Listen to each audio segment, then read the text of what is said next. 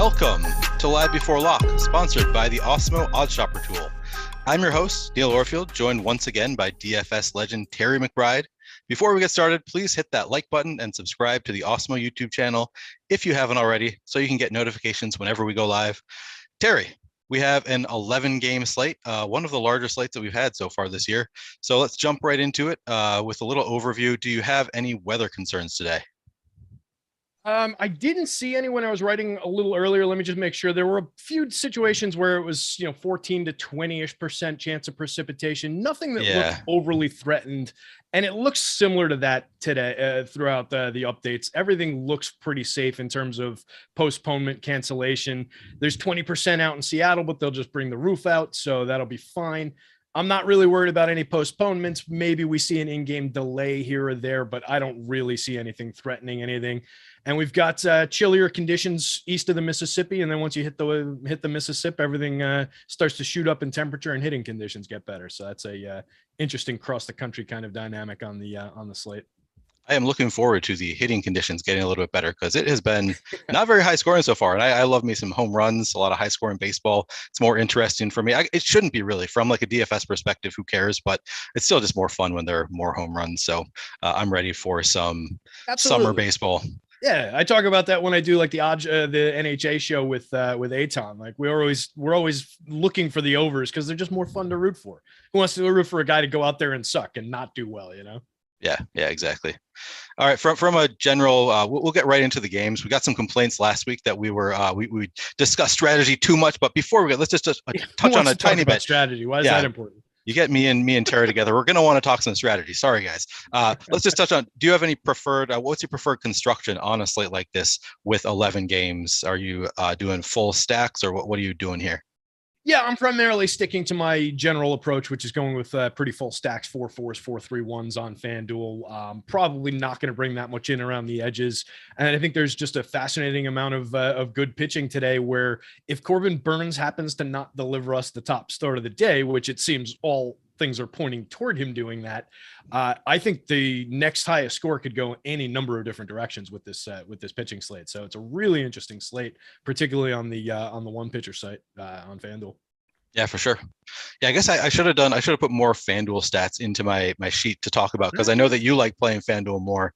But I guess you can bring them in. Yeah, you can bring them in. Laid out. Yeah, both sites, everything. Yeah, we're here. Perfect. All right, we got it. So I think the first game isn't even on the FanDuel slate. Arizona versus Washington.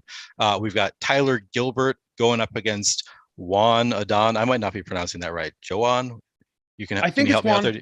Juan Adon. I ran into that one first. I like the sound. First name I read on the first show of the year. I ran into that and I said, "Oh, this is a good way to get started." Yeah, I think it's like Juan, something like that. Juan Adon. We'll go with Juan Adon because it sounds good. Tyler Gilbert, lefty at 6,500, going up against the Nationals. How are you feeling about him? Not a lot here for Gilbert. I mean, we're talking about a guy, 15.9% strikeout rate over 40 innings in 6 starts last season, a 5.09 xFIP. Didn't really do much on the swinging strikes or the called plus swinging. It's a small sample for the lefty, but I'm probably more inclined to lean into some of these bats. I don't get tremendous home run rates for the Nationals lineup, but I do like the top end, at least around Juan Soto, Nelson Cruz, Josh Bell, maybe bring Michael Franco into the conversation. Cesar Hernandez is getting 1 or 2 hits and getting on base once or twice a game and scoring a run per game pretty much for the course of the season. I need a little bit more out of him for my season-long team. But yeah, I think I'm leaning more towards the bats on either side of this one. You could get a little bit of something out of Adon, though. 13.7% ownership at 5,700 on that DraftKings slate. He's at least in play in that SP2 sense. Very limited sample of 5 1/3 innings, 37.5% strikeout rate with a 12.5% You don't think it's sustainable season. Yeah. Say again? You don't think that's sustainable? Yeah, most likely not. He's most likely not stepping into the league as Garrett Cole or maybe Robbie Ray.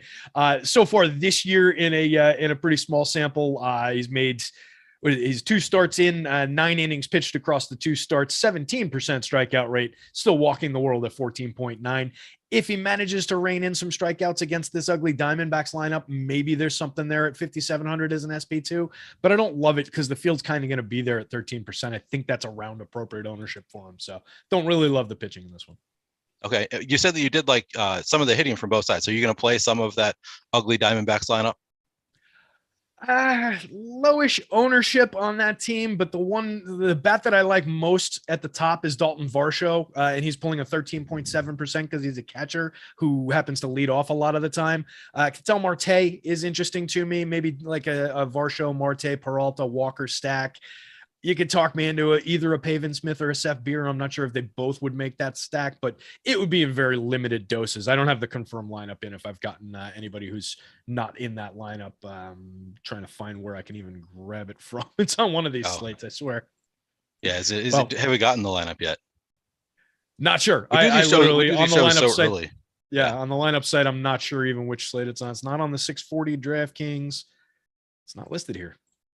Yeah. Well, regardless, those would be the hitters I'm interested in from the Diamondbacks, but they'd be low priority for me. They're cheap. They make, you can use them to get to other bats, but I think there are other cheap spots that we can get to on this slate for similar costs. Yeah. We've gotten a surprising number of the lineups already for doing the show 3 hours before lock. So that's the good news is we actually have a good number of these lineups. And I have all the ones that are on the FanDuel slate loaded into my model. It's just that one that was very nice. Missing in action. Okay. All right. Well, let's move on to the FanDuel slate then. The games that are included on both slates, I should say. Yeah. We got the next game up, Toronto Blue Jays at Boston Red Sox. We got Yusei Kikuchi at 7,800 on DraftKings, the lefty going up against Boston, and then Nathan Eovaldi at 9,500 going up against Toronto.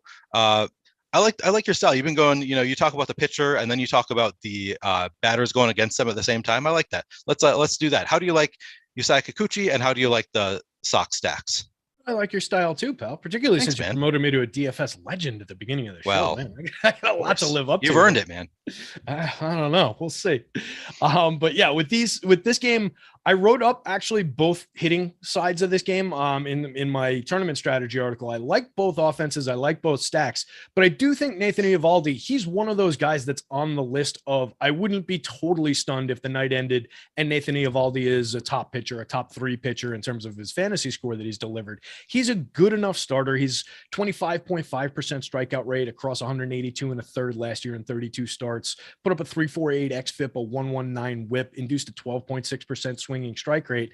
The thing about it is he's going up against this deadly Toronto lineup, and they're pretty good. Even without Teoscar Hernandez in there, they've got 4 or 5 deadly hitters in this lineup. They don't strike out very much at all. So it's a difficult spot for Eovaldi. He's not owned very much, and he's not that expensive on the FanDuel slate. 7,800 owned 11.3%. DK, he's at 9,500. He's owned only 7.8%. I think you could maybe squeeze some shares of Eovaldi into your life and maybe come out ahead for it. It's not a great spot, but he wouldn't totally shock me. That said, I'm much more inclined to go toward the Blue Jays bats. And I think Yusei Kikuchi is a target for bats on this slate. The strikeouts, he made a couple changes in 2020 coming into the season after being a 16 and change strikeout rate guy, jumped up to 24.5% the last 2 years, but the contact last year is what I'm targeting. An 11% barrel rate and a 47% hard hit percentage. Fire away with Red Sox bats here. I wrote up their stack. Really like the look of the Red Sox here. Yeah, implied for 5 runs total. Anything else that you like from this game? Yeah, I mean, if we want to just talk individual bats real quick, I think, diving into that Red Sox stack that I think we both probably like, you're getting them lower owned on DK because they're super expensive and they're difficult to thread together up at the top of the lineup where everybody wants to be. They're a little bit more affordable, a little bit easier to roster on the FanDuel slate, but then you're getting into like 22% around Trevor Story, who's hitting second today and somehow priced only at 3,000. Trevor Story has a career ISO over 300 against left-handed pitching. It's absurd to price him at 3,000 on this slate with multi-position eligibility between second and short to boot. Fire away with Trevor Story, Enrique Hernandez, Rafael Devers, Xander Bogaerts. JD Martinez is nowhere near washed. People like to think that he's done for. Hit 28 home runs, had 232 ISO, made great contact last season. Verdugo suffers a lot against lefties. I don't love him, but Bobby Dalbec, I definitely want to have as a part of my life, particularly 1.9% ownership for 4,500 on the DK slate. Bobby Dalbec had a 20.2% barrel rate, one of the best in baseball last season. His walks are going to come around. He's going to be a superstar of a power hitter. He's like a Joey Gallo if Joey Gallo made better contact and had a bit better of a batting average. So he's an interesting hitter. Yeah, across his minor. I wrote it up. Yeah, he struck out 34.4% of the time, right? So that's Gallo-like. He hits for Titanic power. That's Gallo-like. But he only walked 6.2% of the time, where Gallo was like a 18% walk rate last year. In his Double-A career, Dahlbeck's walk rate was around 15%. So that's what I'm expecting to come around. Maybe he lands 10 to 12%, somewhere around there. Starts getting on base at like a 325, 335 clip. Even that improvement over his 298 last year would make this kid a much better ball player and very interesting for DFS too. Same thing that I said about the Red Sox applies to the Blue Jays. I don't want to spend too much time on this game. George Springer, Bobachev, Vlad Guerrero, Lourdes Gurriel. Zach Collins is fine where you need a catcher. Matt Chapman definitely not washed as a third baseman. Back end of that lineup's a little light. Yeah, I mean, I think it's a solid game to spend time on, right? It's pretty high total. Sure. Both teams are very solid. It's in Fenway. A lot to like about this game, so I think it makes sense. It's the highest non-course total, right? Yeah, I think it might be. Just glancing through. I haven't looked through everything, but yeah, it looks like it prob's is. So yeah, it was earlier today. Yep, for sure. So worthwhile to talk about the individual bets there. I think that was a good rundown. Let's move on to Pittsburgh at Milwaukee. Many fewer runs in this game, but before we get there, let me tell you about the Awesemo Plus weekly pass. Get access to all great Awesemo Plus tools and content for nearly every DFS sport out there with an Awesemo Plus weekly pass for $29.95. This includes full access to all the premium content and tools on Awesemo.com, including player projections, ownership projections, our boom bust tool, lineup builder, and much more. Of course, if you're only looking to play NBA DFS, then you can sign up for one of our Awesemo Plus NBA packages for as low as $4.95 weekly. Please note that Fantasy Cruncher is an add-on and can easily be added with these packages at checkout, but is not included in our base packages. Stop guessing, start winning. Join Awesemo Plus today. All right. On to Pittsburgh at Milwaukee. Pittsburgh with 2.9 run implied total. That's pretty low. That's, I think, about as low as I've ever seen. Brewers 4.8 run implied total. You're laughing. You've probably seen a lot lower. I'm new to this. I don't really look at the totals generally, but that's pretty low, right? No, that is extraordinarily low. I'm not going to say I've never seen one in the twos before, but it's rare that they get down there. But it makes sense based on this pitching matchup and that lineup. Yeah, we got Corbin Burns at 10-5 on DraftKings, I believe the most expensive pitcher on the slate, going up against JT Brubacher at 5,900. Let's start with JT Brubacher. We'll talk about Corbin Burns. He's an interesting spot. Let's start with JT Brubacher, though, and the Milwaukee Brewers bats going up against him. I don't hate the spot for Brubacher. I think there's a little bit of sneakiness to him. He's only 2.7% owned at 5,900 on the DK slate. I don't think we need him on FanDuel. He's only 6,000 over there. If you can make it work for, to buy a bunch of bats, he's my highest projected cheap pitcher on FanDuel. But I think he's a lot more interesting where you need a second starter on DK as a bargain bin $5,900 second starter over there. He's got some value. He had 24% strikeout rate across 124 and a third last season, 4.0 xFIP, a 129 whip. He puts too many guys on base. We kind of know that about him. 12% swinging strike rate, though. He knows how to strike guys out. And he's going up against a Brewers lineup that has some strikeouts in it, some, mid-range 20 strikeout guys up and down the lineup. There are guys who are good at avoiding strikeouts. Everybody was talking about Christian Yelich yesterday with his home run and how he was, quote unquote, due. Due isn't really a thing, but we're talking about a guy who has formerly been one of the very best hitters in baseball. Makes sense. He's going to hit a home run from time to time. So there are spots to, there are going to be bumpy spots for JT Brubacher, but it's not out of the question that he gets through, 5-6 innings clean here, racks up, 5-6 strikeouts and has a serviceable DraftKings SP2 kind of a start. I don't love him to hit the top of the board by any means, but for 5,900 with nobody on him, I think you can take some shots there. That said, the Brewers are definitely rating out as a strong offense here as well. They're all owned in single digits on the DK slate. They're all under 5,000, so they're relatively cheap over there. They're owned in the mid-teens up to the 20s because they're all under 3,000 on the FanDuel slate. So the stack is mispriced across the board, which is leading to a lot of ownership on it. Right now, the Brewers are sitting on FanDuel as the second highest value slate because Philly is just absurd by virtue of playing in Coors. But for a team playing in a real stadium, they've got a 12.5 value score, but they're -8 leverage score. They've got a 9.2 value score. I was looking at the ownership column. I didn't have it highlighted. They've got a 12.5% ownership share against a 4.4% probability of being a top stack at a 9.2 value. They have a -8 leverage score is the point. They're massively overowned. The same is true on the DK slate. They're getting owned at a negative 1.9 leverage score. It's only 5.2% ownership, so it's a lot more manageable, but it's a tricky spot with the Brewers offense on the FanDuel slate, but I think they're worth getting to where you can. So kind of both sides are there with a little bit of Brubacher as an SP2 and Brewers lineups, Brewers stacks where you can make the lineup different. All right. Yep. That makes a lot of sense to me. Let's get to the most interesting pitcher discussion, I think, on the entire slate. Corbin Burns at 10,500. Oh, he's not the most expensive pitcher on the slate. We do have Walker Buehler at 10,700. Corbin Burns is the second most expensive pitcher on the slate. The highest projected ownership on the slate coming in for Corbin Burns going against Pittsburgh. I'm stumbling over my vowels today. Corbin Burns going up against Pittsburgh. He's coming in at 55.7% ownership. How are you feeling about Corbin Burns today? And are you interested in doing any Pittsburgh stacks to get a little contrarian? I thought you were about to stumble into a Corbin Berenson. I was getting there. I was getting LA close. Law fame or Major League fame, Roger Dorn for Major League fans out there. Yeah, Burns, he's spectacular on this slate. The matchup is terrific. I don't want any part of the Pirates. I wrote them up as a contrarian stack yesterday. I like the spot a lot better for them yesterday. In this spot against a lights out starter, I just don't want to get there. I don't think there's enough on the bone for the Pirates. And one of my favorite bats on the team is not in the lineup today with Michael Chavis. He should be in the lineup against righties and lefties, but that's another conversation.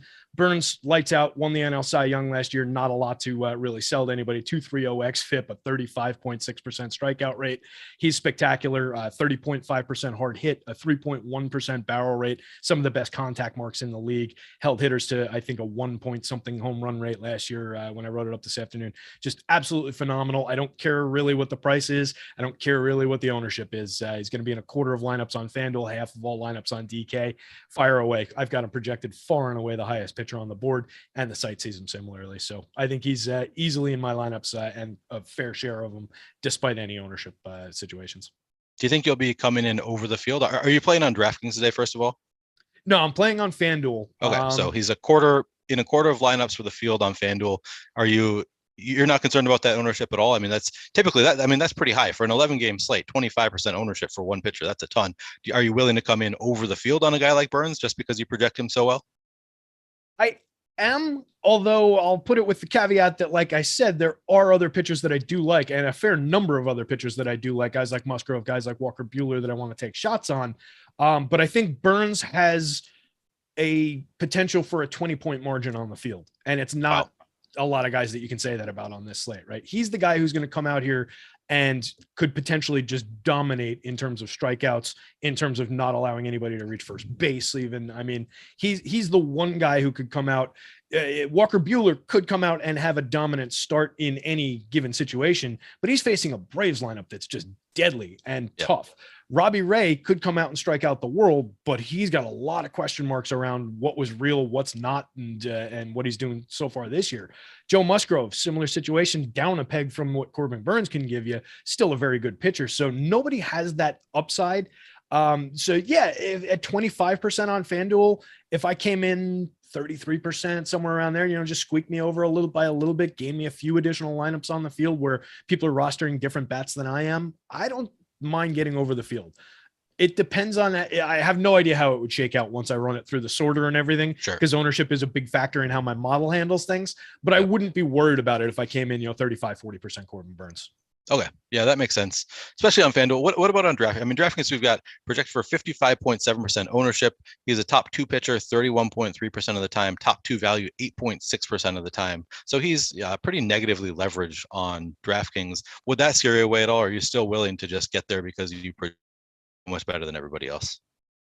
It's a little bit tighter on DraftKings because we got to spare the money for 2. The pricing is a lot more aggressive from what I've seen around the good bats on the DK slate. So it would probably be a little more tempered.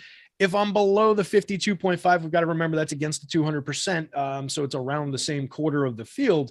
If I'm below that 52.5 in my lineups, though, I'm okay with that. I don't want to be far below it. I'm not saying, sacrifice Burns shares because we want to get to additional pieces of Joe Musgrove by any means.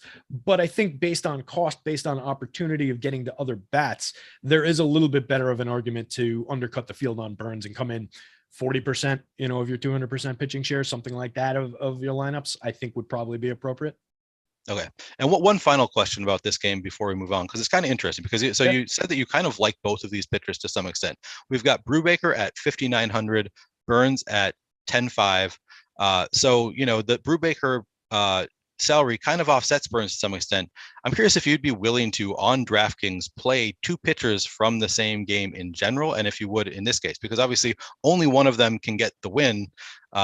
That's 4 fantasy points on DraftKings. Are you willing to play two opposing pitchers against each other in the same game?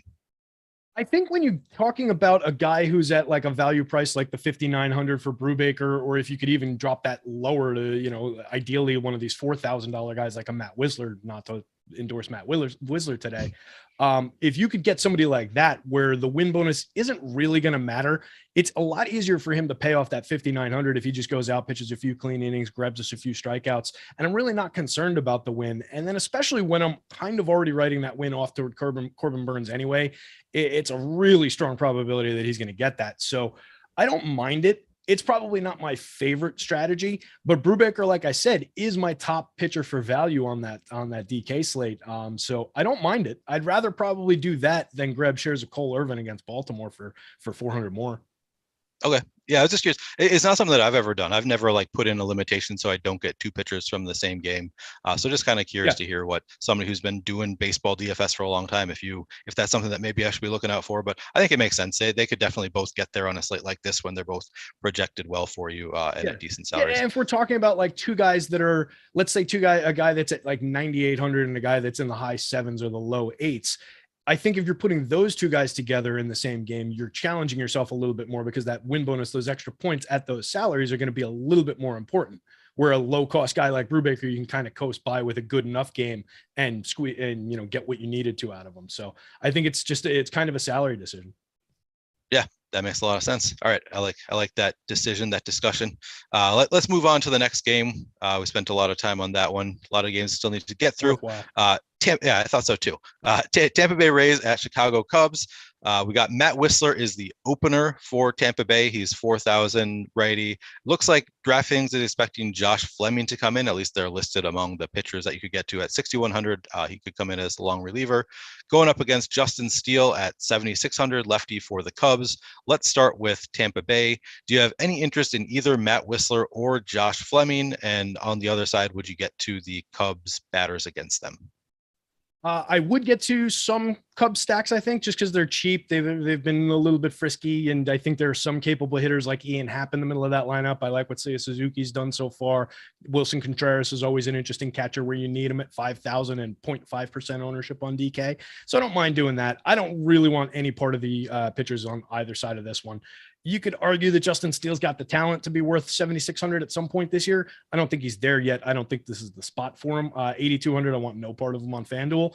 Maybe he comes out and surprises me, and I'm dead wrong about him, but 23.8% strikeout rate and a 10.9% walk over 57 innings last year. Nothing really too impressive there against what I think is a pretty good Rays lineup. So it's more about the hitting side of things. I prefer the Rays side of hitting. I really like the power numbers that I'm getting for a lot of these Rays. We've got 2 or 3 guys above average in my home run model. That would be Randy Arozarena, Brandon Lau, Mike Zunino, all above average, and then a bunch of guys pushing the average mark and pulling in some decent projections for what I consider very cheap prices for their talent. So on both sides, low prices, low ownership. I like Tampa Bay a lot, and I think Chicago's at least interesting. I'm not going to go out of my way for Chicago, but with under 1% ownership on every hitter in the lineup at fair pricing, I think you can definitely exploit that a little bit against a bullpen kind of a game. I do think Fleming's a talented pitcher, but I don't want to get to him in terms of rostering him for DFS just because of the unpredictability. Whistler's a converted starter or a kid who has been a starter in his career, so he might give you a couple innings off the top. Maybe you only get 2 or 3 out of Fleming. I just don't like playing that game around the opener follower thing. Yeah, I feel the same way, Jen, especially on an 11-game slate. You just really don't need to get to it. So no real interest in any of the pitchers here, but you do have interest in both stacks, it sounds like, at least to some extent. Mm-hmm. Anything else you want to touch on from that game? Are you getting the bats from this game? I'm curious where you're coming in on a stack like Tampa Bay, where they're coming in fairly low owned at decent prices, and I'm seeing them as a pretty interesting spot for offense today. Yeah, I'll definitely get to some Tampa Bay bats. I haven't done my lineups yet, but coming in at 3.1% ownership for the stack on DraftKings with 4.5% top stack odds, generally I'm going to try to come above the field on a stack like that. And Tampa Bay is just, I kind of like getting into Tampa Bay in general. They're just one of those teams that is always dangerous. There's always a chance they're going to put up double-digit runs. So I definitely see myself getting to some Tampa. And then the Cubs also only coming in at 0.6% ownership, but top stack 2.1% of the time. I really like that. So I imagine that I'm kind of in the same boat as you. I'm not going to get to a ton of either of these teams, but I'm expecting that I'll probably get over the field on both. Yep. I think that makes a lot of sense. And I like I said, I like that Tampa lineup for a little bit of pop, but it wouldn't surprise me if this was a fairly high scoring game on both sides. Yeah, for sure. The next game is projected to be slightly higher scoring overall, but I think it's a really interesting game because I think both pitchers are kind of interesting. A couple of lefties going up against each other. Patrick Sandoval going up against Framber Valdez. Sandoval at 6,900 on DraftKings, Valdez at 10,200. Let's start with Sandoval going up against the Astros. Do you have any interest in Sandoval? Do you have any interest in the Astros bats? Against almost any other team, particularly if he came in at a price like this and ownership like this, which he absolutely wouldn't, I would really be looking at Patrick Sandoval here. Against this Astros team, it's really, really difficult. They are just spectacular against both hands, really, but against left-handed pitching in particular. This year's active roster, last year's stats, 17.5% strikeout rate against lefties, by far the best in baseball. Created runs 15% better than average. The power marks they're very good. Their 3.59 home run rate was 12th overall, and a 183 ISO was 7th overall. So their power marks are also very, very good. But the run creation, the sequential hitting, and the lack of strikeouts, this team can just base hit you to death and win games. They can hit for power when they need to. I just don't like tangling with this Astros offense with many pitchers in the league, let alone a guy like Patrick Sandoval, who I do think is a talented young lefty. He's going to be interesting on slates throughout the year. 25.9% strikeout rate, walked too many guys last season. 15.2% swinging strike rate interests me a lot for DFS, and he was good with contact.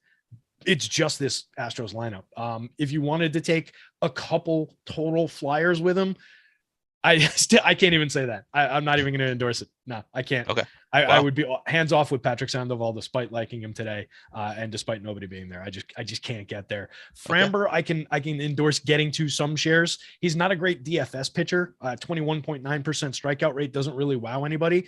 But this Angels lineup is pretty heavy strikeout against lefties. Heavy strikeout in general. 25.4% strikeout rate for the projected starting lineup. Pretty heavy against lefties. So he could find a few additional strikeouts that maybe not against other teams that he wouldn't get to. What I love about Framber is his contact, a negative 5.5 degree average launch angle across all of last season in 134 and 2/3 innings, 70+% ground ball rate. He's just deadly for keeping the ball in the park and on the ground. So he'll suppress that offense. Whether he racks up a few additional strikeouts is the difference between whether he's just a 20 some odd point fantasy scorer or a 30 some odd point. So that's the difference there. I can get to a few shares at a fair price and decent ownership. Okay, so you could get to some Framber Valdez. What about the offense though? So you don't like Patrick Sandoval because you don't like the matchup with the Astros. Does that mean that you're going to be getting to some Astros stacks? I'll always have some Astros stacks, particularly they're pretty low owned. If you're playing on DraftKings, they're all under 1% owned. Several of them over 5,000, but a few guys at reasonably affordable spots. It is a difficult pitcher. They're positively leveraged on FanDuel, 4.4% probability being the top stack, only a 2 and change leverage score. On DK, similar situation, 3.7% probability against 0.7% ownership. So a strong leverage play over there.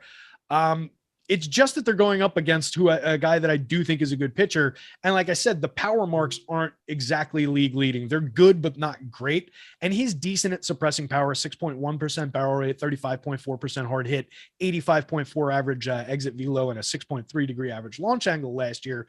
All that leads up to, maybe we're just going to see a game where the Astros get a bunch of base knocks, score a few runs. It's a, 5-3 kind of a ball game, but not really a standout DFS spot. So I don't love it, but I can have some because they're cheap on FanDuel. They're easy to get to. Yeah, I think that makes sense. They look solid on DraftKings as well. 0.7% ownership with the top stack 3.6% of the time. Love that for the Astros.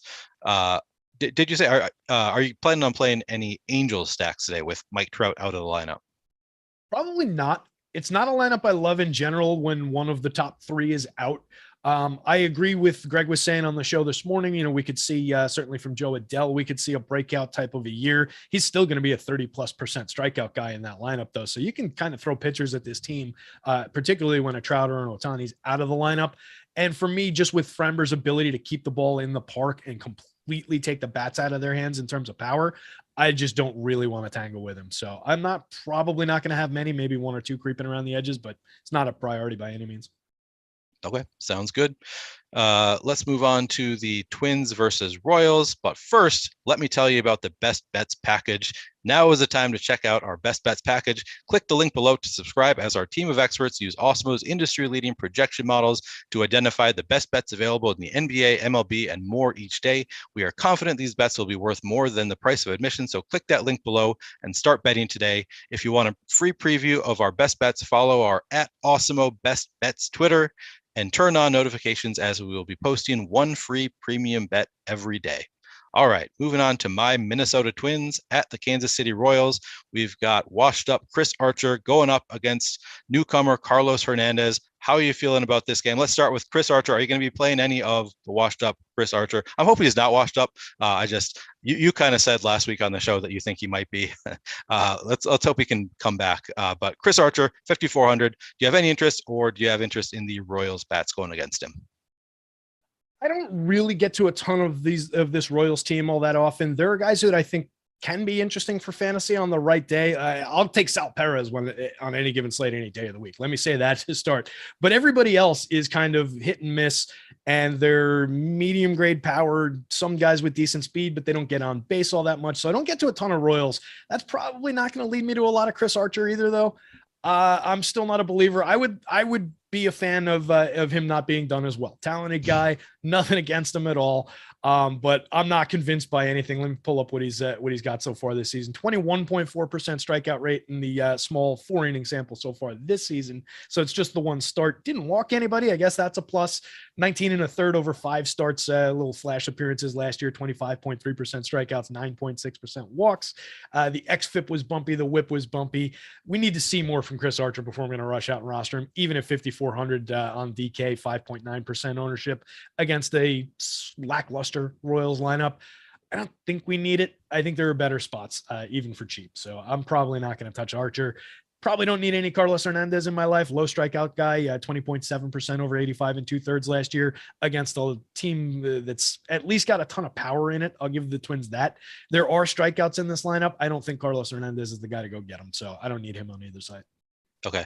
There are strikeouts in the Twins lineup, but there are also some good bats. Do you have any interest in playing some Twins in Kansas City? Let me pull up the top stacks and see where they rank out on that. That's a good question. They are a 5% probability of being the top stack on DK, and they are owned 13.9% of the time because they're the top value team at 22.9%. That's an aggressive -8.9 leverage score. I don't love that situation. They're really, really highly owned on the DK slate. They're very cheap. The bottom, 4 of the 5 bottom hitters are priced at 21 or 2,000 on DK, with Gary Sanchez jammed in the middle at 2,600. The average salary of the top 4 hitters on DK is only 33.25. You can roster these bats along with basically anything else you want on the slate, but that's kind of what everybody's thinking about doing with them. I do like Jorge Polanco, Carlos Correa, Max Kepler, Trevor Larnach a little bit, Gary Sanchez a lot down toward the bottom of it based on his power upside, the continued excellent barrel rates, quality contact metrics. So maybe you do like a weird oddball Gary Sanchez wraps around to the top of the lineup kind of a stack. Yeah.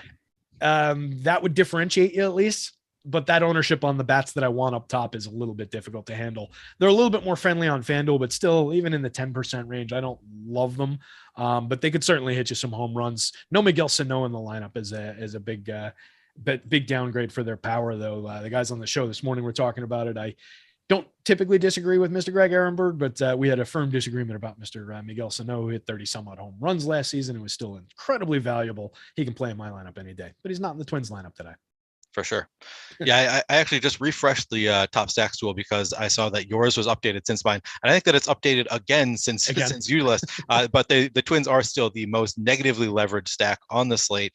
On DraftKings, coming in at 12% ownership, top stack only 5.4% of the time. They are the top value 23.5% of the time. So I guess there's some argument that there's positive leverage in potentially getting to them as a value and then putting in some power bats.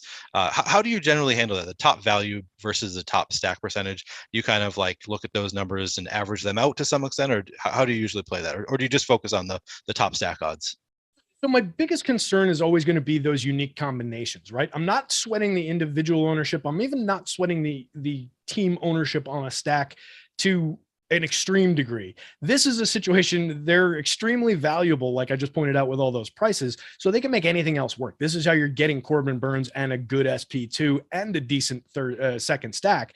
The key to putting the team like this into your lineup when they're so heavily owned is don't grab these guys and then immediately start clicking on Phillies, right? That's the easiest way to keep it different. Grab these guys and go to Toronto or Boston. They're both low-owned, positively leveraged stacks. We're immediately making a different decision than the field. So when you make the most common decision possible, or one of the most common decisions possible at any point in DFS, really, not just with a value play, if you're following the chalk with decision one, make a different decision than the chalk on decision two. Everybody and their brother in the public is going to go from the Twins bats to the Phillies bats. So do something different. You're immediately going to get away from that, at least a big chunk of the field. And now one decision within, all right, I'm going to put the 6-hitter in here instead of the 5-hitter. Boom, you've made a unique lineup. It becomes very easy once you start thinking of it in terms like that. So that's kind of how I handle anything that's highly owned. Yeah, I like that explanation. I thought this was a kind of an interesting thought exercise, just because there is such a big disparity between the top stack odds and the top value odds, and the ownership coming in right in the middle. So it's kind of an interesting, thought about how you want to approach it. But I like that explanation, that it's more about the lineup as a whole and factoring in. I mean, it's going to be a high owned stack in general, but you can get to different constructions within the stack. So a lot of ways to still make good lineups while playing the Twins if you want to. Would you approach that differently, just because we don't get to talk about this a ton and it is an interesting situation? We don't typically see a value that big in one of the top 5 probability teams. So is that how you would approach it, or would you do something different there? Like, try and get different at pitching, or So I think the most honest answer is I think that is the best way to approach it. But because I'm making 150 lineups using Fantasy Cruncher, I think that in general, that is what I'm trying to do. I don't know that I always succeed in getting different with my stacks with the chalky teams, but that is generally the approach that I'm trying to take with Fantasy Cruncher. So yeah, I would say that is my goal. What you just stated, trying to get different within these chalky stacks is my goal. Whether I succeed, I think that I generally do a pretty good job of getting different within the stacks, but every day is a little bit different. Yeah. And that's where it gets tricky to apply the game theory and the concepts like that is, when you're building 150, going through Fantasy Cruncher, you build, 1,000, put them into a sort or whatever. It's difficult to say, all right, each lineup I've really thought out the game theory of, but we're trying to at least replicate that thought process. Something I've been dabbling with in my sorter, and I know we're burning time here.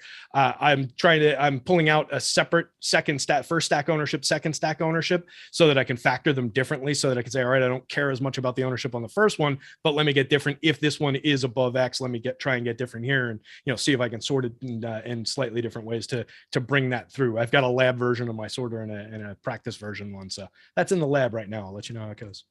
Yeah, that's brilliant. I like that.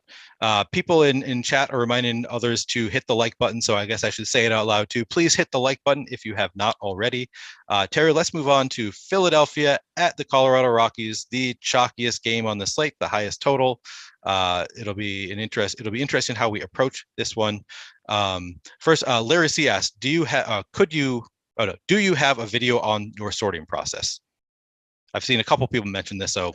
Don't for baseball. I think I've got the ones that I did for basketball last year. Conceptually, they apply. There are different things where you'll need a couple different formulas for pulling out, like the extrapolating which stacks and in which counts. If you wanted to put that into it, and you can hit me up in Discord anytime. TMcB74 in Discord and on all our formats. Happy to help you with stuff like that. I don't think I have one up on the site. I think Alex might have one up on the site. No promises there, but it's something we'll keep in mind and maybe try and get up on the site at some point. All right, moving on to the battle of the Kyles in Coors Field. We got Kyle Gibson going up against Kyle Freeland. Let's start with Kyle Gibson. How are you feeling about Kyle Gibson going up against the Rockies lineup? And how are you feeling about the Rockies lineup going up against Kyle Gibson? Yeah, these are not pitchers that I'm going to go out of my way for in any way, shape, or form. I liked the pitchers when it was Herman Marquez, Aaron Nola. I was into pitching at Coors Field despite it being Coors Field. Kyle Gibson's not that guy to me. 20.6% strikeout is just not worth chasing. So I'm not going to touch either pitcher here. And the bats, again, it's that popularity game where we're just kind of playing the leverage. When Coors is less popular, like it was in that Herman Marquez game, I'll go to some of the bats. So I was kind of on all sides of that one. When they're owned in the 30s, the high 20s, and they're really, really expensive and difficult to get to, and that's what everybody's trying to get to, I'm happy to go different directions. I think that Red Sox-Toronto game is equally interesting for offense. I think there are other good spots on this board. So I'll have some, but I'll probably be below the field across the board on this one. Okay, that makes sense. Yeah, Colorado, I mean, neither team is getting crazy ownership on DraftKings currently. We've got Colorado coming in at 11.2% on the stack, and we've got Philly coming in at 17.8. That's actually come down significantly since earlier. Yeah, early they were like very neutral. The ownership has come down a lot on the Philly stack, where it's actually positive leverage now. But so you're not playing either of these pitchers. You're not playing the Rockies stacks. So you say that's interesting. Do you now have some interest in the Phillies stack, or would you, if you were playing DraftKings, looking at them at 17.8% projected ownership for the stack, but the top stack 21.1% of the time? They got a little bit more interesting by virtue of declining ownership. They're still really expensive and difficult to put together, which I think leads to a lot of similar clicks or a lot of similar fantasy cruncher constructions if you're running it that way as this lineup comes together, if you're focused on those premium bats. If you drop down to a Gene Segura and Alec Boehm, a Didi Gregorius kind of a play at the bottom of the lineup for cheaper and differentiate, yeah, I mean, there's a ton of quality. I love Kyle Schwarber, Nick Castellanos. I don't have to sell anybody at the top of this lineup in Coors Field. It's just that's the difficult part to get to. Even still, I think they're going to be highly owned. So, yeah, they're a little bit more interesting with positive leverage, but they're still, that raw ownership total is still pretty aggressive. The raw ownership and the pricing on the Rockies bats on DK are a little bit interesting to me too. You can get some cheap power out of Randall Grichuk at under 10% owned, 3,100 at the back end of the lineup. Brendan Rodgers, definitely interesting for cheap in the middle of the lineup. Ryan McMahon against a righty, definitely a lot of quality there. So yeah, maybe from CJ Cron back where the ownership takes a dip on DK, I can build a little stack, a little 3-man there. Or if you get popular up at the top, just again, focus on differentiation. So they're in play. I'll have some, but I'll probably still be under the field. Okay, that's a pretty comprehensive analysis. So I think we've covered it pretty well, but just because this game is the chalkiest game of the slate and the highest score, I just want to ask, is there anything else you want to say about this game? No, we can move on from that one. There's everybody knows who the good hitters on the Phillies are: Chris Bryant, CJ Cron, Ryan McMahon, Brendan Rodgers, Randall Grichuk, Connor Joe, and Charlie Blackmon. You can throw them in on top on the Rockies. There's good bats in these lineups, but it's the popularity that kills me. Good, because I want to save some time so I can ask you to describe Tyler's mustache for the audience at the end of the show. Let's move on to the Cincinnati Reds at San Diego Padres. We've got Rayvers San Martin at 7,300, lefty going up against the Padres lineup. Do you have any interest in San Martin, or do you have any interest in the Padres going up against him? Sorry, I skipped to the wrong game. We're on the Reds. Had these in a different order here. I do not have very much interest in San Martin. It looks like 7,300, not much ownership on the DK slate, but even against the Padres lineup that I don't think all that much of without Fernando Tatis in it, I probably lean more toward the bats side of this one. They're coming up as a middling kind of a stack in terms of the ownership. Let me see where they are on the board in terms of probability of success. Yeah, kind of right in the middle. They're owned appropriately. They're efficient. I'll take what shares I get of San Diego, and that's kind of how I typically treat them. If I get them, I want to be focused around Manny Machado, Jake Cronenworth. I'll take a little bit of Luke Voigt, maybe some Will Myers, but they're not a priority for me. Neither is San Martin on the hill. I do like the Joe Musgrove side of this, though. You like the Joe Musgrove side. So you like Joe Musgrove himself, or do you like the Reds bats going up against him? No, I like Joe Musgrove himself, the man himself, the righty. He's owned extremely highly on the DK slate, 41.3%, because he's only 8,600 over there. He is one of the guys that, if Corbin Burns happens to fail, would not surprise me if he's the top scorer of the night. Even if Corbin Burns happens to just not have that massive 60-point game, I think he could have a start in line with that kind of production. 27.1% strikeout rate over 181 and a third last year, 1.08 whip, 12.7% swinging strike rate. Lot to like about Joe Musgrove for the price. All right.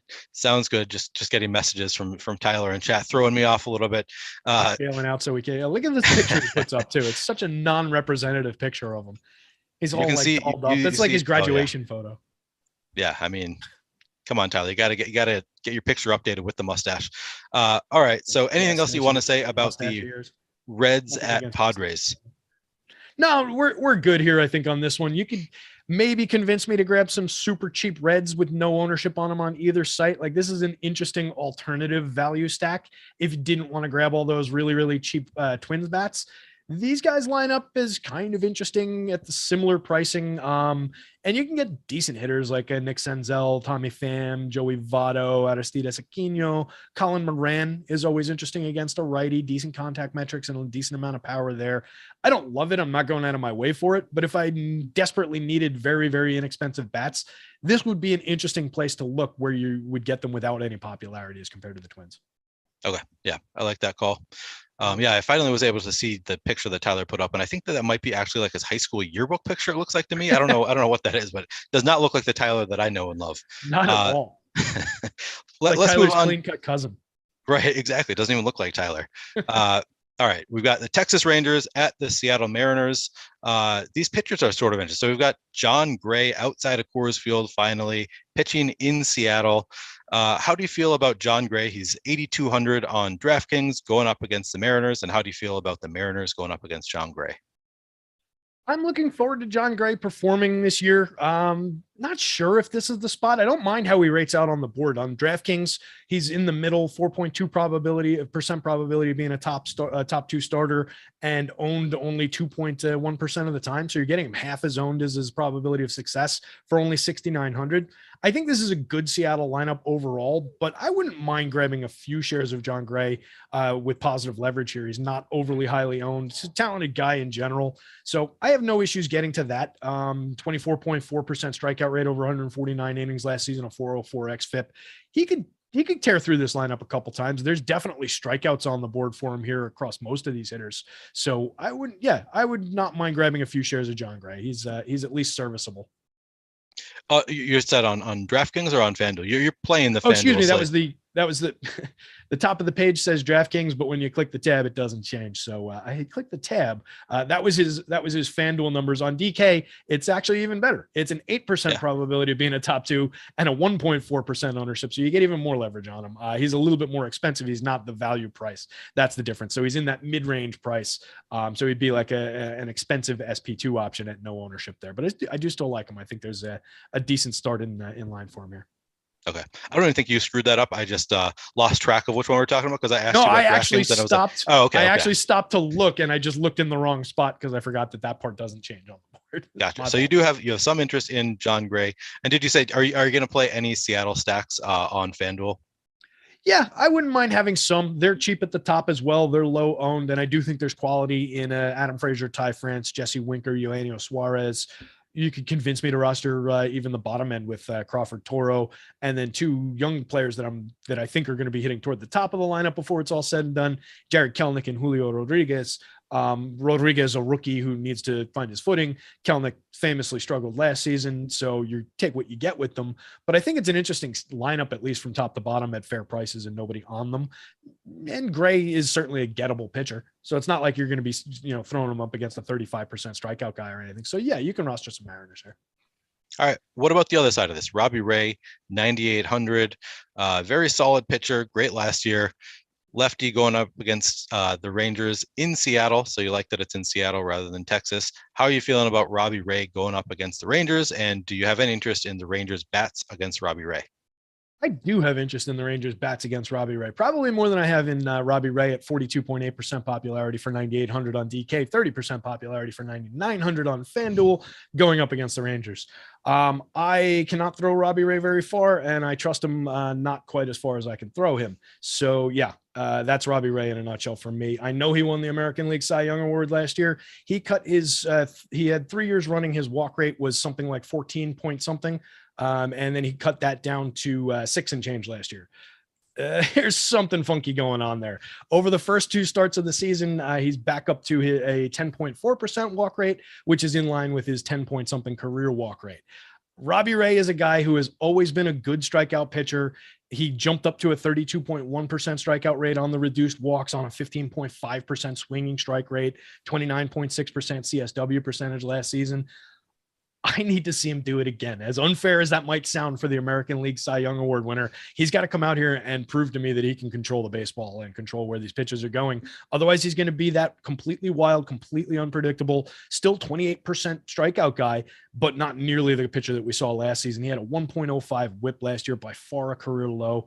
I do not trust him. And with all that quality, he was still allowing 42.9% hard hits, which is massive, and a 9.8% barrel ball rate with a 17.6 degree average launch angle, 90.4 miles an hour of average exit velo. Those are home runs waiting to happen against a lineup that can hit them. So I don't love Robbie Ray.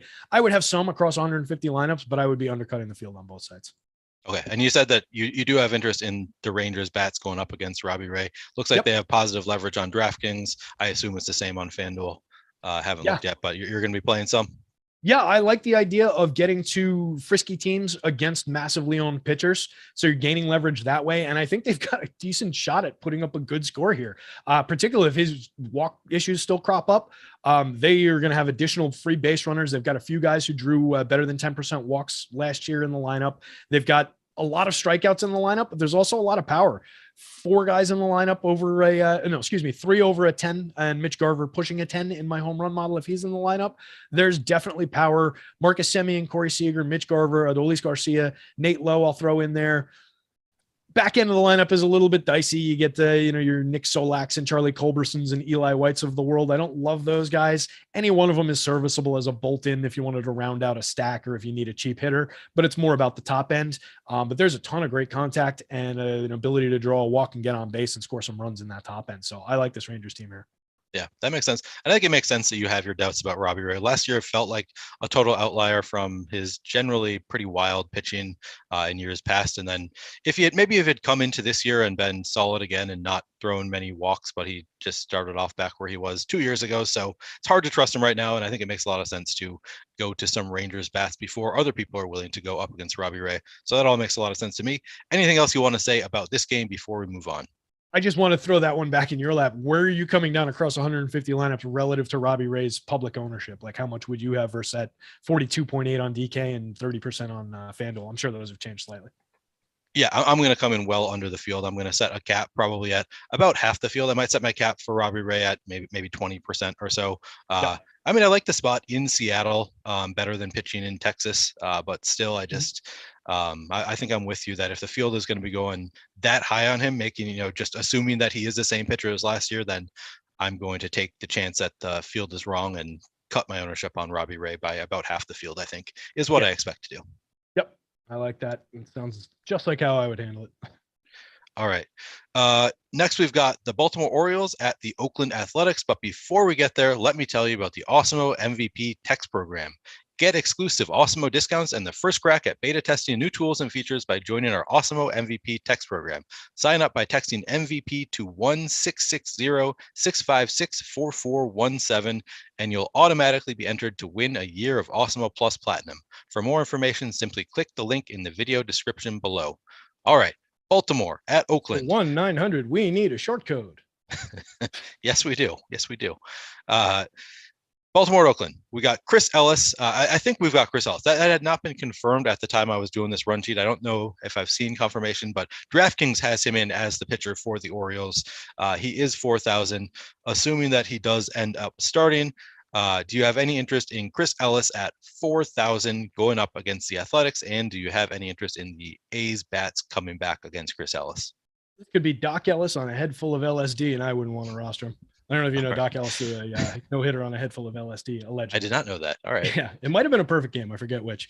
But yeah, that is going way back to the 70s. Chris Ellis, I'm not even sure he's starting this game either, but even at 4,000 on DK, I just don't need any of this pitcher. 19% strikeout rate, 11.6% walks. Yeah, move on. He's more of a target, although I don't really believe in these Oakland bats either. All right. Fair enough. So you say he's a target, but you don't believe in the Oakland bats. Are you going to play any of them? I can get to some because they are cheap. I don't get great projections on them. Don't get great home run marks on them. A hitter like Sean Murphy or Seth Brown with a good amount of power, maybe a Kevin Smith, depending on where he's hitting in the lineup, a young kid with some power. If you wanted to play the correlation game in that lineup, Tony Kemp can get on base and score you a couple runs, but it's just a really diminished lineup in general. They will come back to earth in terms of their overall production. So it's not really a spot I'm going out of my way for, even against a pitcher like this. All right. I think you referenced earlier that you're not too interested in Cole Irvin, lefty at 6,300, going up against Baltimore. Maybe I'm misremembering that. He is playing against the Orioles, who only have a 3.7 implied run total. Do you have any interest in Cole Irvin in this spot, or the Orioles bats going against him? I tell you, I've talked about every time that they've been up against the lefties so far that the Orioles are sneaky good against lefties, this active roster based on last year's numbers.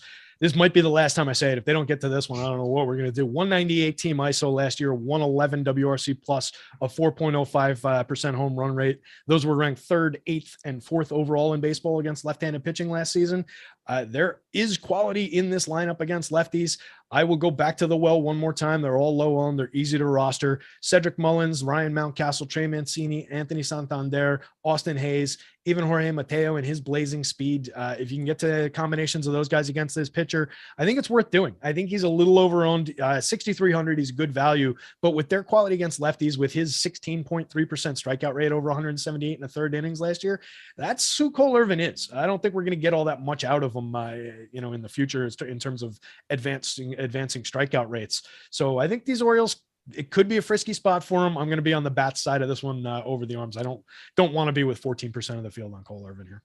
Yep, I think that makes a lot of sense. And I definitely have interest in the Baltimore bats as well. They look great in the top stacks tool. Yep.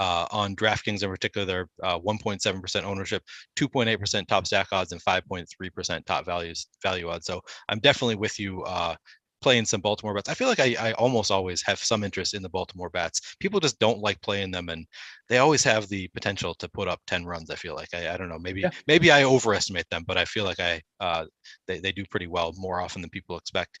Anything else? Especially against the lefty, there's some quality power hitting right-handed bats in that lineup, so they're worth getting to against lefties, and they can be frisky against righties too. I mean, Cedric Mullins, I've mentioned it every time I've talked about him. He had the 21st 30-30 season in American League history. That's the 21st time that's ever happened since 1901 when the American League was founded. That was last year. That's pretty good. 30 home runs, 30 stolen bases. Not bad. So a guy like that, he can be in my lineup pretty much any day. All right. Right on. Anything else to say about this game? Nah, we're good here. All right. One game left. We've got the Atlanta Braves going up against the Los Angeles Dodgers. Two potent offenses going up against two good pitchers. We'll start with Max Fried at 9,200, lefty, going up against the Dodgers. Do you have any interest in Max Fried or the Dodgers? Max Fried is a good pitcher. I do not want to roster him against the National League All-Star team, which is essentially what these Dodgers are from top to bottom. I believe in Max Fried's talent. He could come out here and post the 3rd or 4th highest fantasy score of the night if everything went perfectly for him. I just don't think it's going to happen. It's just not a good spot. Not at 9,200. If he was at his 7,400 FanDuel price on DK, maybe you take a couple shots as a low-owned SP2, but I don't like it. I'm not going to be there on FanDuel. If it burns me, if he goes out and shuts out the Dodgers and strikes out 10 of them and it burns me. I'm willing to take that loss. They're spectacular. Top 4 hitters in the Dodgers lineup have a strikeout rate in the teens. It's not highlighting the average for me for some reason. Here we go. Had a 16% strikeout rate last season. The highest is Chris Taylor at the back end at 28.7%, but they're great at avoiding the strikeouts, ton of power, great contact metrics. I can stack Dodgers against Max Fried before I'm going to roster him. Yeah, that makes a lot of sense. How often do you think we're going to get the Dodgers coming in at 1.3% projected ownership on the stack? That is, I mean, you're not going to see that often. So I definitely have some interest in the Dodgers. Do you think you're going to be able to full stack them? I mean, as you said, they're the National League All-Star team. They're pretty expensive, though. Are you going to be doing full stacks of the Dodgers? They're a lot easier to get to on FanDuel, where they're in the threes, the mid threes.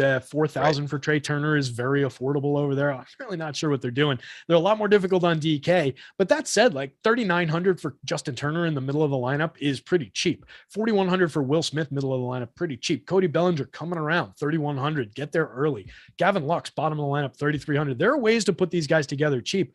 The top 3 hitters and Max Muncy are all in the 5s, but if you can combine them in unique ways, you can get to a full stack of these guys at extremely low ownership. Max Fried is good. Like I started out saying, he limited hard contact to 34.3%, 86.5 mile an hour average. The exit velo last year, good at keeping the ball in the yard, but these guys are just too good. They're going to have the ball in play. Maybe they're not the top scoring stack, but they've got a shot at it. Yeah, I like that. Yeah, I'm definitely going to want to get to some Dodgers in a spot like this.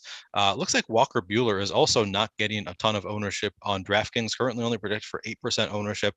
Do you have any interest in Walker Buehler going up against Atlanta? He is 10-7. He is the highest salary pitcher on the slate, going up against a solid offense. So I can see there's a lot of reason not to play him. But are you planning on playing any Walker Buehler in this spot up against the Braves, or are you playing the Braves stacks against Buehler? I will definitely have some Walker Buehler here. I think there's strikeout upside going up against this team. They're absolutely loaded. They're arguably an all-star team as well. But I just think Walker Buehler is a very good pitcher. And I think it's an opportunity to get him at low ownership across the board. 9,700 is a fair price for his talent on FanDuel, 4.8% ownership. I don't have his DK price, 10-7 on DK for 5 and change percent ownership. Sign me up, even against a very, very good Atlanta team. Looking at last year's numbers with this year's active roster, Atlanta was very good in terms of contact, in terms of run creation, but they also struck out 24.1% of the time against righties. That's 25th out of 30 teams in baseball.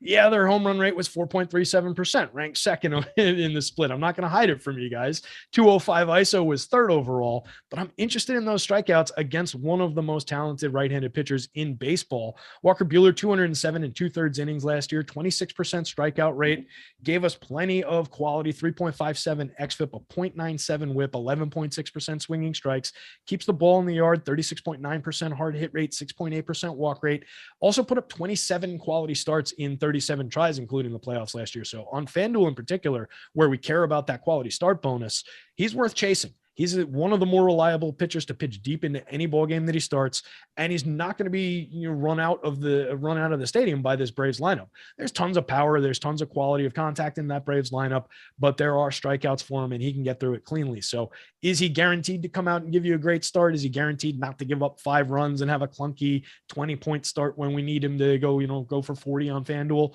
No, not by any means is he guaranteed, but that's why he's owned at 5%. So I'm happy to take shots with him. I'll have some insurance policies with this Braves lineup too, though. They're fantastic and they're underpriced on both sides. Right on. Yeah, that all makes sense. I'm reading Tyler's message that he is willing to come on cam and show his mustache for the people, but he says we need to get up to 150 likes. So can we get up to 150 likes for the people and get a viewing of Tyler's beautiful mustache?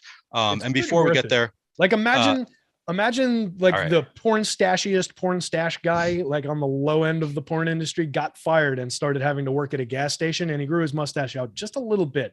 And then he started like doing meth at night. That's what Tyler's mustache looks like. Yeah, we don't have a lot of time left, so please get those likes in so that we can see Tyler's porn stash. It is a thing of beauty. Also, while we're talking about porn stashes and degenerate stuff, Terry, I'm seeing a lot of people talking about drugs for some reason in the chat. I guess you brought up LSD. Tomorrow is 420. Do you have any fun plans to celebrate? Look at that. It is a work day, and I've got some stuff on my plate, but that's one I'll usually find a way to, whether it's that day or any other calendar day of the year, I tend to find a way to celebrate that one. Yeah, it'll be a fun one. Fun day, always 420. All right, back to baseball. Right, we got Tyler. We got Tyler coming in. Are y'all done? Are y'all wrapping up or taking questions, or do y'all want to do this now or wait? I was just going to ask Terry for his favorite stack. Well, you should come in, Tyler. You can be part of this. People want to see you. Oh, no. Y'all do the favorite stack, and then we'll do the mustache. All right. Let's just do who is your favorite stack under 10% projected ownership on FanDuel today? I wrote up both sides of that Toronto-Boston game, and I'm going to use both sides of that Toronto-Boston game as my answer. They're both low owned. They're both positively leveraged. They're right next to one another with basically matching probabilities of being the top stack. They're both excellent offenses. You can read more of my thoughts in my tournament strategy article, which is the second on the site as you open up the site. if I had to take a stand between those two, I would take the Boston side, much as it pains me, going up against those power metrics, those contact metrics, 40 some odd percent hard hit rate for Kikuchi, 11 some odd percent barrel rate. I want to target that with some Red Sox bats. I mentioned Trevor Story is a phenomenal bat, lefty righty, but there are a bunch of great right-handed bats in that lineup. So it's Boston for me, unfortunately. All right, that's fair. I know that you love Corbin Burns, but let's go contrarian. Who is your favorite pitcher under 20% projected ownership on FanDuel? Does Joe Musgrove qualify in that ownership? Does Joe Musgrove qualify? He not on DraftKings. On FanDuel. Yes, on FanDuel, only 6.6% currently. So yes, Joe Musgrove. Because he's somehow 200 more than Corbin Burns. That's another weird little wrinkle on the FanDuel slate. He's only 6.4% owned because he's more than Corbin Burns. If you get that situation where Burns, he doesn't have to go out and give up 30 runs to the Pirates. If he goes out and gives up a handful of runs and just happens to not strike that many guys out, as many as we're expecting, Musgrove could have a nice start here for very low ownership. So he'd be my guy. Walker Buehler is, if I'm going by my FanDuel projections, I can't say Walker Buehler. I have to be honest with the folks because he is down board based on Atlanta's quality of their lineup, but I believe in the pitcher more. So I would throw him into that mix, just, in general field pitcher read, but based on the projections, the numbers that I'm getting, I can't put him in there. All right. That's all that I had for questions for this. It doesn't look like we have any super chats or any outstanding What about you? Currently. Who are you going out of your way for in terms of a stack and a pitcher tonight? I mean, I really like that Orioles spot. I mean, just because they're so low owned, I'm probably going to be going for some Orioles stacks. Like in terms of pitchers under 20%, man, that's a really tough one. I will probably have some interest in, I really like those really low owned guys. I guess JT Brubacher, I'll go with JT Brubacher just because he's projected for 1.8% ownership with a 4.1% chance being top pitcher, 12.6 top value. Let's go with JT Brubacher for me. And let's move on because the people Brubacher, tournament winning approach. Yeah, we're telling people exactly who you got to play to win. No, these are all pretty. We like them because of the low ownership in general. All right, we got 2 minutes talking about left low cost guys that don't have to do very much to produce and to make that value deliver, and then you're buying other things on other spots, and they're plays that don't have to hit that often to pay off big time when they do hit. And that's the other part of the equation here that gets a little under discussed. Is a lot of this is extrapolated out over time with like making the right decision in a poker hand. You want to be making that right decision because over time your aces are going to hold up against the other guy's deuce 7. If you happen to get beat, it doesn't mean you were wrong. It means that other idiot had got happenstance when he got in with the worst hand in poker. So similar kind of thing. Brandon Lau was my home run call. It's in the article for anybody who's looking for it. Right on. I love that. Yeah, it's all about making the positive EV decisions every day, and over time it's going to pay off, even if it doesn't day to day or even week to week or month to month. Eventually, over time, those decisions will pay off. All right, Tyler, we got to our 150 likes. One win pays for too. Right. That's a very good point. All right, I am now on. They can now see me. They can see me in They can see you. Yes. They can see you. You currently with your mustache. It's a 3-man screen share, and I'm comparing myself personally to Doc Holliday because that is my only out in this situation. But other than that, you were nice to yourself. Vote in the poll on the mustache, and this is it. You know what? I'm not going to go to homeless drug addict. I'm just going to go to local gas station clerk. I think that's more apt. I think that's where you fall in for me. Ooh, look like it's we're pretty close right now. It was a deadlock for a little bit, but now we've got possibly a homeless drug addict is kind of pulling away here. Yeah, I figured that in local gas station clerk is making a run, and I'd love to see it. Ron Jeremy coming in third is depressing. Are we talking Val Kilmer, Doc Holliday, or Dennis Quaid, Doc Holliday? Val Kilmer. Tombstone or Wyatt Earp? Val Kilmer. Okay, yeah, that's the way I would have gone too. Young Val Kilmer when he was like 16. This is the mustache he could have grown. I'm 23, but when he was 16, this is what he had, and that's what I like to tell myself. Like Val Kilmer if he was still creeping around the high school. Got it. Right. Yeah. Tyler, this picture that you're using. Yeah. The people can't see it, so don't want to talk about it too much. But is this your high school yearbook picture that you have as your save screen? That's from college graduation, actually, 2 years ago. It's crazy how time gets you, Neil. It does. Believe me, I know. Don't age well. I'm scared to see 20 years from now what this is going to look like. If I look anything like Val Kilmer, I'll take it. I'll take Top Gun Val Kilmer also. Thank you very much. All right, we got to go. I think any of us would take Top Gun Val Kilmer. All right. Yeah. All right, it's time now. We've got NBA Deeper Dive and Live Before Lock coming up right now. Stick around if you're planning on playing some NBA DFS tonight. Don't forget to hit that like button and subscribe to the Awesemo channel if you haven't already, so you get notifications whenever we go live. Thanks a lot for watching. Terry, thanks again. Fun as always. Tyler, thanks for producing and showing your beautiful face. See you next week.